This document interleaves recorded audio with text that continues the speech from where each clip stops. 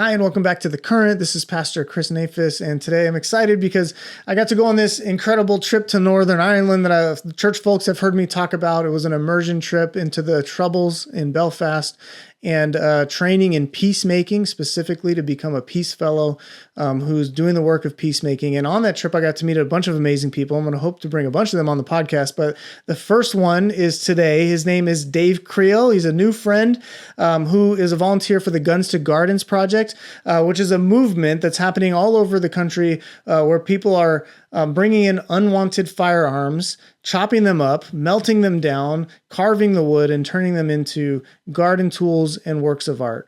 It's inspiring work. It's profoundly symbolic, and we get to kind of dive into it in the podcast today. I hope you'll enjoy hearing about it and feel inspired to do some work of peacemaking yourself. Here it is.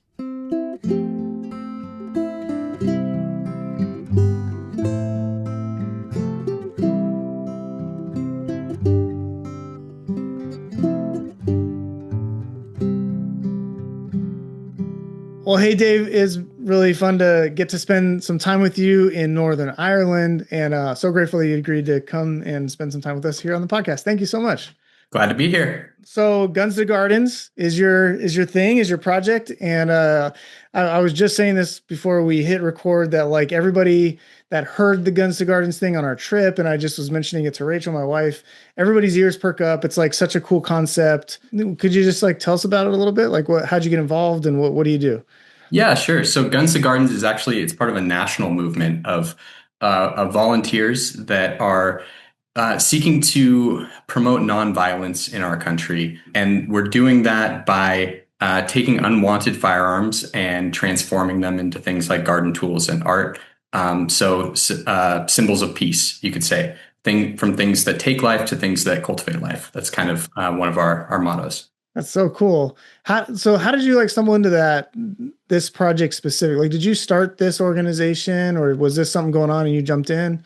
No, definitely did not start it. I would say I'm just a volunteer. I helped stand up one of the events in Bend, Oregon. But this is something that's been going on for quite some time. And if you were to Google Guns to Gardens, you'll see a bunch of different cities pop up after that Google prompt. And that's because it's happening kind of all around the nation. And I would say one of the biggest drivers of it has been an organization called Raw Tools, and that's led by Mike Martin. Him and Shane Claiborne wrote a book called Beating Guns, which I highly recommend to anyone interested in this topic. But they're the ones kind of driving this idea of, hey, let's take some guns and let's turn them into some symbols of peace. Let's get guns off the streets that people don't want. In America, we have more guns than people, or at least close to it, which is just wild, right?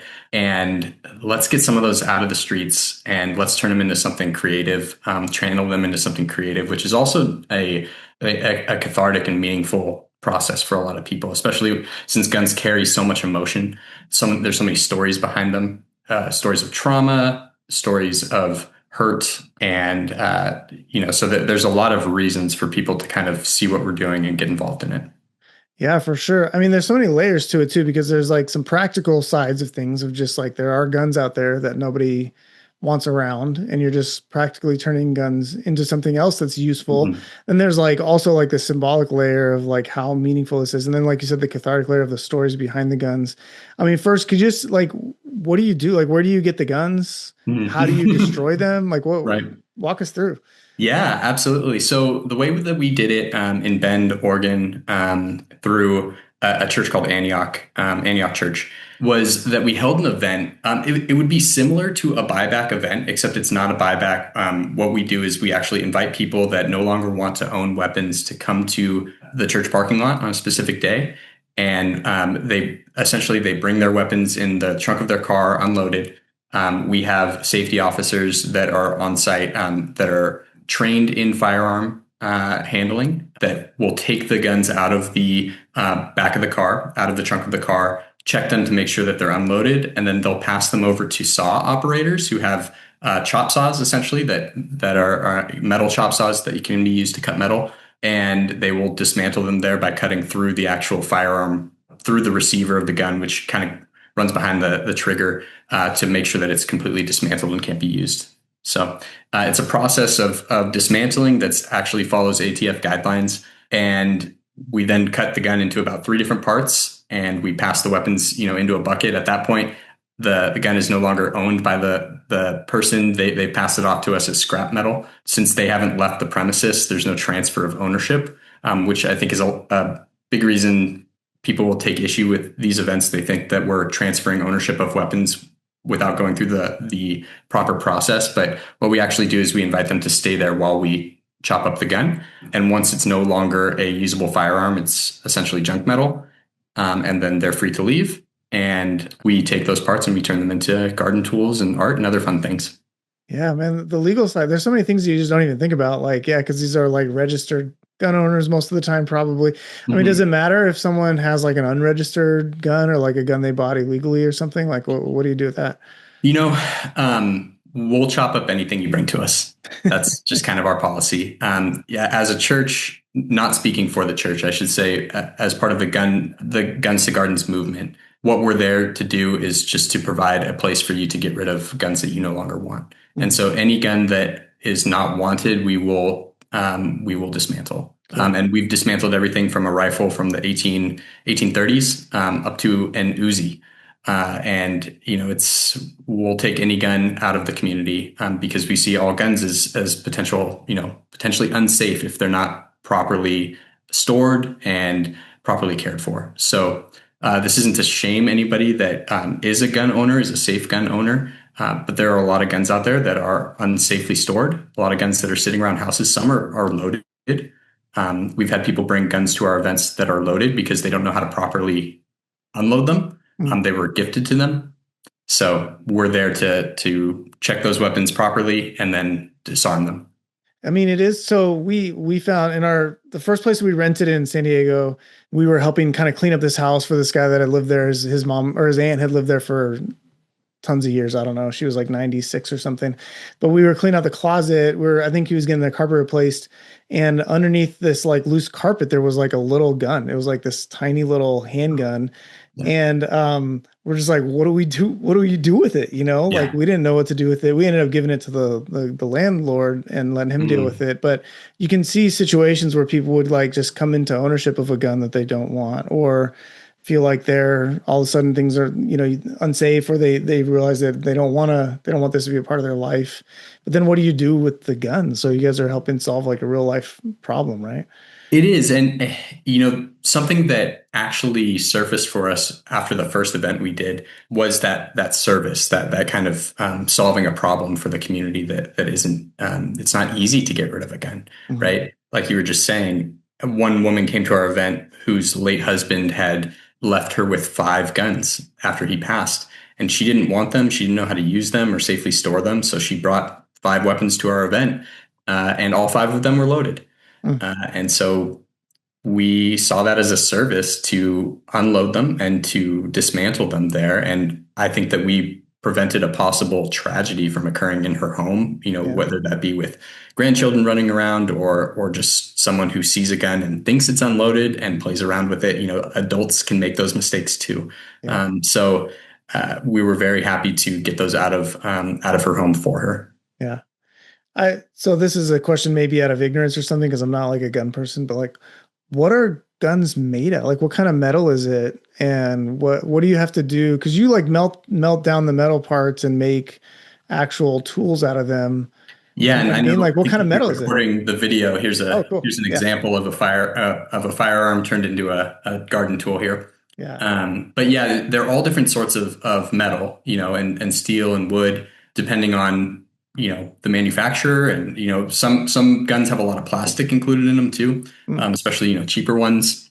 So we had a blacksmith in our congregation in Bend that actually had a mobile forge on site and Oh, would cool. would melt heat the steel and pound it into the spade. Myself, I'm a woodworker, and so I would actually take the gun stocks and turn them on the lathe to get to the handles, which was fun to kind of join the two together and make something new. So Yeah. yeah, it's a really fun and creative process to take something that has so much potential for harm and turn it into something that you could use out in the garden. So. Yeah, it's so cool. I mean, and you're showing it for those who are watching on YouTube. You could see the spade that he was holding up and or the trowel. But if you're not, like, where can people go Google just raw tools, or where could they go check out what you've made? Yeah, for ones that Raw Tools has made, you can look at rawtools.org. They actually sell them on their website.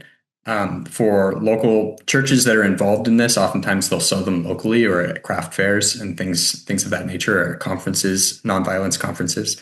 Yeah, but I would start by researching Raw Tools. I think they have a whole host of great things that they've made, and they've spotlighted some amazing artists too that have gone above and beyond, making some really really amazing art.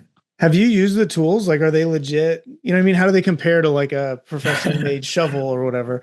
I ours actually sits on a shelf in our home, just kind of as a symbol of something that we can speak to when people ask about the work that we do. But some people do use them in the garden, so I'm not sure how they compare. I would say this one feels pretty sturdy, so I think it could plant some things. Yeah, okay. Uh, Yeah. yeah. That's so cool. It's and they're beautiful too. Like they're, like you said, you've got artists involved in making them, and how. So again, I have so many questions, like so many things that I want to know about it. Sure. Like, but how many of these are you doing? Like, how many guns are you getting off of the street and out of homes? And give me some sense of like scale and stuff. Yeah, so I'll kind of speak a little bit to my story a little bit. So a couple of years ago, my wife and I got involved in this in Bend, Oregon, and we were a part of two events there. And then we have since relocated to Portland, Oregon, where we're working on standing up a Portland chapter of this movement. But the church in Bend has continued and had four successful events so far. They've dismantled well over 100 weapons, I think over 120 probably at this point. The first event, we were hoping maybe four people showed up, with guns. But by the time we wrapped up our morning prayer session, before the event, there was already a line of cars around the block. And we ended up dismantling over 70 weapons. And many people had multiple weapons that they were ready to dismantle, ready to get out of their homes. Many people were really thankful for this just as a service, because it's just, again, not an easy thing to get rid of. It's really intimidating. The idea of, if I want to sell it, then I got to go through the proper channels. I don't want to sell it illegally because then I don't know what it's going to be used for. Don't want to take it to a pawn shop. I can't sell it online. I mean, you're walking through all the things. I guess it's just easier to stick in the closet. And so having this anonymous event where you could just show up and we dismantle it for you, and you can kind of just have that weight off your shoulders, for a lot of people, they were really grateful for it. Yeah, yeah, that's so cool. And obviously, you mentioned earlier there's like a gun per person in the United States, so it's going to take a lot of chop saws to get rid of like all of the guns or something. But I do think there's something deeply symbolic about like what Mm. you're doing. I mean, it's part of our scriptural heritage, like beating weapons into plowshares and all that. Right. Right. And yeah, well, like what do you like? It's like a witness, right? So what's the Mm. message that you feel like people hear, or that you want people to hear from the project? Yeah, I appreciate you asking that, because it, you're right in that we're not going to chop up every gun in America, and that's not really the point of what we're trying to do, right? We're not claiming that this is going to even really make a dent in the number of guns that are out there. What it is, though, is kind of putting a stake in the ground, saying, hey, there's another way. And we're doing this inspired by the nonviolent message of Jesus. And, what does the Bible say more than anything? And that's, be not afraid. Fear drives so many people on either side of this issue. You have people that are buying guns out of fear, and people that are afraid to go to places because of guns, Mhm. right? And you have, everybody is afraid. Everybody's afraid and reacting to this in different ways, reacting to this issue in different ways. It's driving people to buy more weapons. It's exacerbating the issue, right? Some people will say that the answer to guns is more guns. I had a friend online who posted, after seeing a news story that made her afraid. She posted, "I think I'm going to go buy a gun."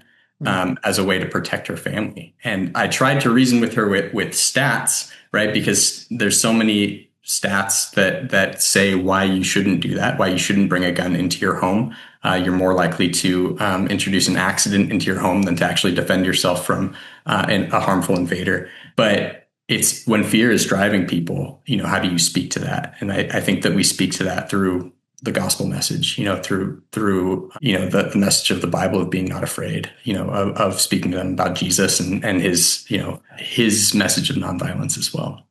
Yeah. Yeah. I mean, it's amazing how much fear drives like all sorts of things. And thinking about guns, well, I mean, so it's interesting.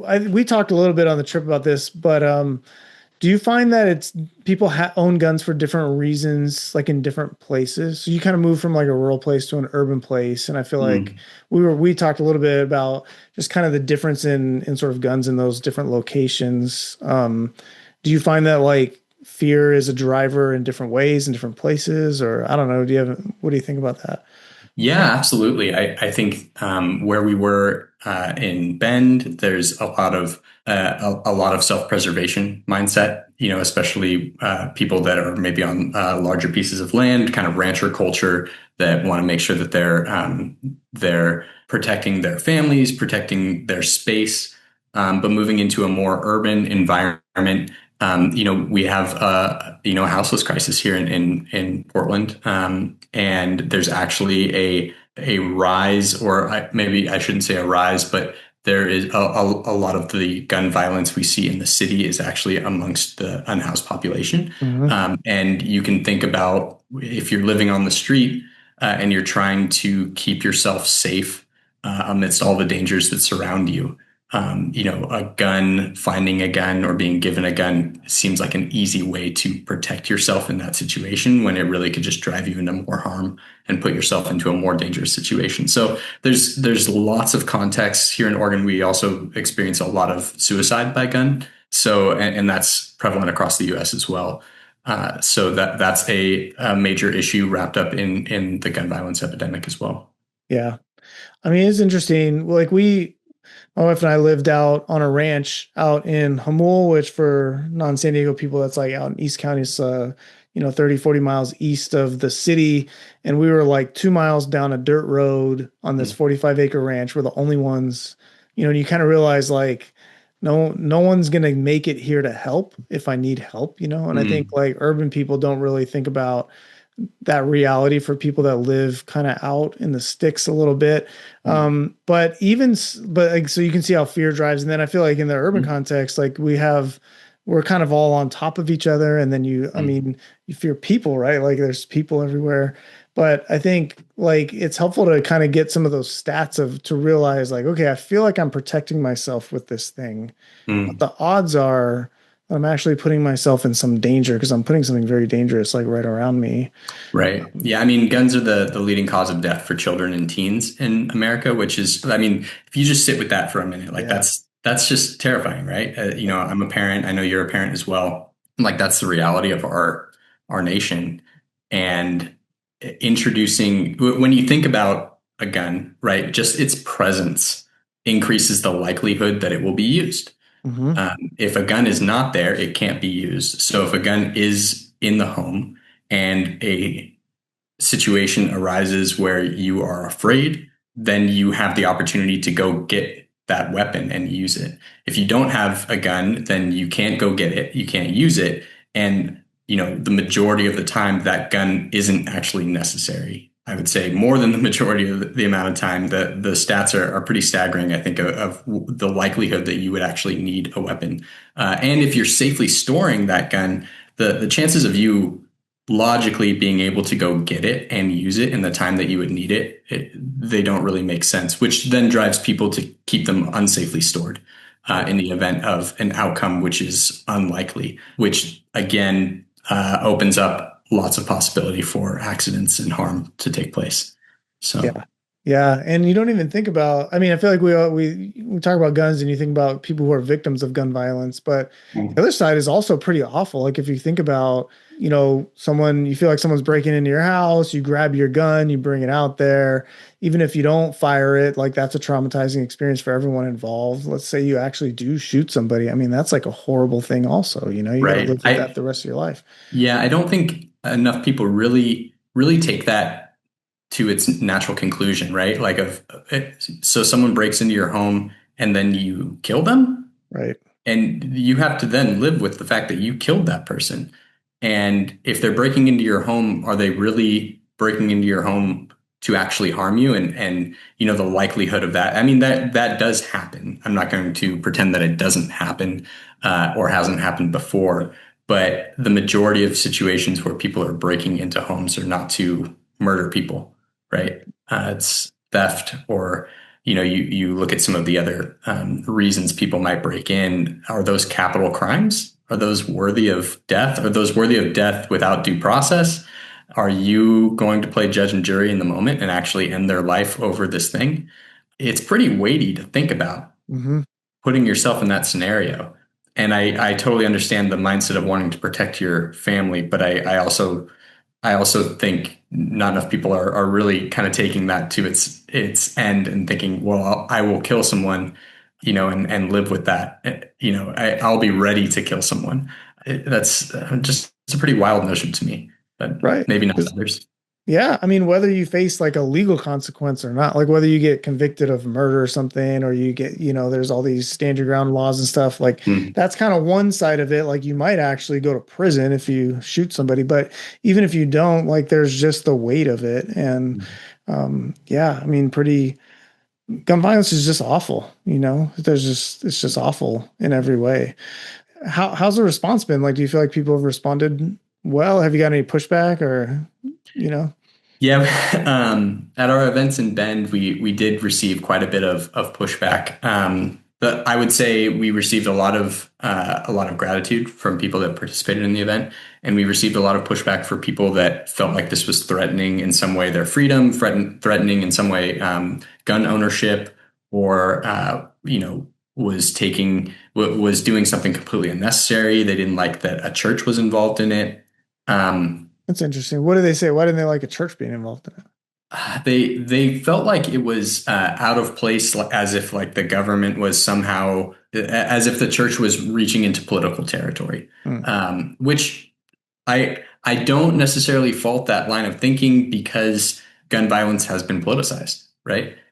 Which is, again, it seems absurd when we actually think about gun violence in America and how many lives it affects. But it's been so greatly politicized that any sort of mention of guns, or even nonviolence, promoting nonviolence, can be seen as political Hmm. if done so, even if you're not necessarily mentioning, a political candidate or a specific law, or it can just be seen as a deeply political and divisive issue.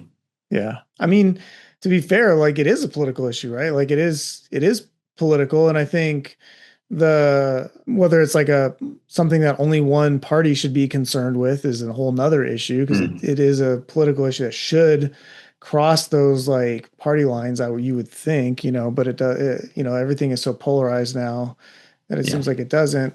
But like it feels like because of the weight of like what we all, like we haven't even really talked about like the kinds of gun violence that we're so used to seeing on TV now, with like the Mm, mass shootings. And like my kids, I remember the first time that I heard that my kids had gone through, like a lockdown at school, and like we didn't have those when I was a kid. And just like the weight of that, there's certain ones that just kind of hit people there. Like the Uvalde one was a really hard one for me. It just hit different, that mass shooting. But like we have these like horrific tragedies that just kind of permeate our spirit, our mind, our politics, like the conversation. I feel like what you're doing in some ways is meant to respond in kind. You know what I mean? mm. Like it's meant to be something that's symbolic, that's like kind of visceral. Do you feel like that's true, or would you say something different? Yeah, I would say that this feels like a tangible way that we can get involved in the issue, and it's so easy to just feel helpless in the Hmm. midst of this issue. You mentioned Uvalde, and that was actually the tipping point for me and my wife. My son had just been born. He was, a month old maybe when we saw the news of the school shooting in Uvalde, and that just we just sat there saying, "What are we going to do?" We're new parents, and I'm holding my infant son and saying, how can this be the world that we're bringing him into? This wasn't what we grew up with, right? And what are we going to do about it? So this opportunity kind of came up. Our church at the time said, "Hey, we want to go deeper into this issue of gun violence," and they actually started partnering with Raw Tools. And my wife and I kind of said, "Hey, we'll help out. Like this is an issue that's deeply important to us. We've been talking about it for a while. We want to know how we can help." And the church graciously said, "Well, you can help out by helping lead it." And so it ended up being an opportunity for us to get really involved and get really steeped in this issue and help stand up this event. But I would say, to give it a little bit more context, I was thinking as we were learning and growing in and diving into this Guns to Gardens movement, I was thinking about my own journey and the moments that I've actually been really proximate to gun violence throughout my entire life without even thinking about it because it's just part of our culture here. I think back to when I was in eighth grade and a friend shared with me that he had grabbed his dad's gun. He was very, very close to committing suicide and at the last minute decided not to. And how I didn't tell someone. And I think I played the what if game. What if he had gone through with it and I didn't tell someone and I'm living with that, right? And thankfully he didn't. But that's still, I don't know, I still sit with that. I still think about that, right? That could have completely changed the course of my life in a split second. When I had graduated college, right the summer after I graduated college, a classmate of mine was in a movie theater in Aurora, Colorado, at the Dark Knight movie theater or Dark Knight grand opening, and someone opened fire. And during that mass shooting, I'm sure a lot of people will remember that one. And she was really, really wounded. Wounded really terribly. Not long after, a family friend was at the Gilroy Garlic Festival and had to cart away wounded that were shot at that mass shooting. And then, not that long ago, about a year ago, we live next to a really great park here in Portland, and someone stepped out of a car and fired off 100 rounds into a crowd, hit a bunch of houses around the park. I mean, we heard it. I was putting my kids down for bed, and we heard this this booming a block away from our home. And thankfully, no one was killed in that one, but they found 100 shells at the park that my son plays at almost every day. Yeah. And I think, wow, I could have been walking my dog and hit by a stray bullet, Yeah. And I don't feel like I live in a dangerous neighborhood, or anything like that. It's just, this is the culture we live in. And I didn't even really think about so many of those instances when I got involved in this movement. I was thinking about, Uvalde was just so tragic and terrible for the entire nation, for the whole world, just to see that, witness it. And not that long after Sandy Hook, which again, just like is so present in everyone's mind, right? So we have these moments that when we all think about it, like how proximate we've been to gun violence, 44% of Americans personally know someone that's been shot, either accidentally or intentionally. And, there's two of us on the call. I know I've known someone, I mean, we're proving the statistic right there, right? I'm not sure of your story, but, it's just, it's insane to think that this is where we live, and that we're not all rolling up our sleeves to do something about it. Yeah. I mean, it's kind of normalized, and if you just think through your life, like, cause now that you've prompted me, my aunt was accidentally shot when she was very little by her little brother who had access to a gun and they were playing. Wow. And, like I don't know, I can list lots of times where I've been proximate to it. We live in a neighborhood that has a decent amount of gun violence, and we've had things happen in our neighborhood here.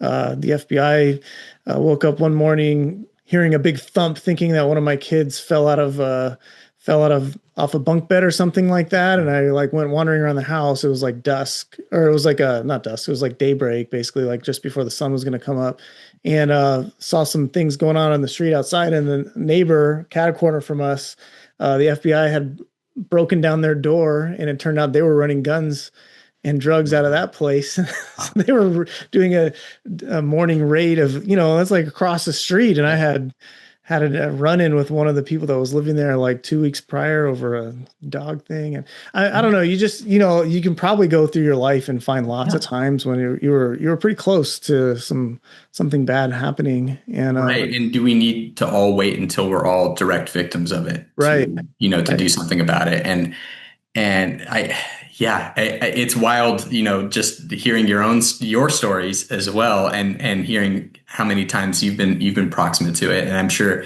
many of your listeners will, if they examine their lives, will feel the same, For sure. and be able to pinpoint, moments where, we don't often connect it to like, oh, that was like a gun violence moment, but they were, Yeah. they were. Yeah. And yeah, so I think if we all kind of reflect on that, we see that, wow, this is really affecting everybody. Yeah. This isn't just something we're seeing on the news, but like many of us have these moments in our lives where that could have, maybe it was really tragic, or it could have been really, really tragic. Hmm. And that's really scary to think about. Yeah. I mean, it's overwhelming. And kind of like you said, there is a sense of like helplessness out there with it because we mentioned Uvalde and like I remember that happened like at the end of the school year. It was the last day of school for Mm. them, I think, and our school year wasn't quite over. And so I remember like the last day of school, it was real frightening. Like, man, what if this is like a trend or something? Like, and you just kind of think different about it. And there's like this sense of, and I mean, we've mentioned now, I don't know how many, 6, 7 mass shootings, and this, we could all list off like a ton more. And these Yep. things happen all the time now. But I think thinking back to a previous podcast episode that we made actually for people who've been listening all along, talked to Dr. Brad Kelly, who's an Old Testament scholar, about moral injury and the way that like feeling like our like we're things are out of control for us, that we are either been forced to participate in things that are sort of morally egregious, or that our leaders and like the systems we're part of have failed us. It can lead us into this place of despair. But having something good that you do can be so empowering, and like it can be so enlivening to like what you're doing, Dave, like having this sense that like in this small way, like I know this isn't going to remove all the guns from the neighborhood, or even even from this little block of houses that we're doing in the middle of in wherever the church is, but like I can do something that kind of testifies that there is good in the world, that we can turn something awful into something beautiful. I mean, it's just like a powerful message. I don't know, I don't have like, I don't know what to ask on the end of that, but like, I love what you're doing, and it's so inspiring, and like, yeah, it's good. I mean, I hope you've had those responses too. We have, yeah. I think we've seen a lot of people kind of take a step back and say, "Wow, this is something that is really unique, and such a positive way to get involved in this movement." I think the other thing, as a follower of Jesus, that really makes me pursue this on a deeper level is that gun violence is something that people often hold very silently, right? That Mhm. if they've experienced some sort of trauma or tragedy in their life, it's not something that people often walk around talking about freely. Some may be more willing to share their stories, but these are really heavy experiences that people have faced, and these events, these opportunities for people to bring a weapon, a firearm, and have it dismantled, often lead to people sharing their stories as well. Mhm. Mhm. And as followers of Jesus, I think we're called to grow in greater proximity to people's pain, and to walk through that with them. Yeah. And so I think it allows us to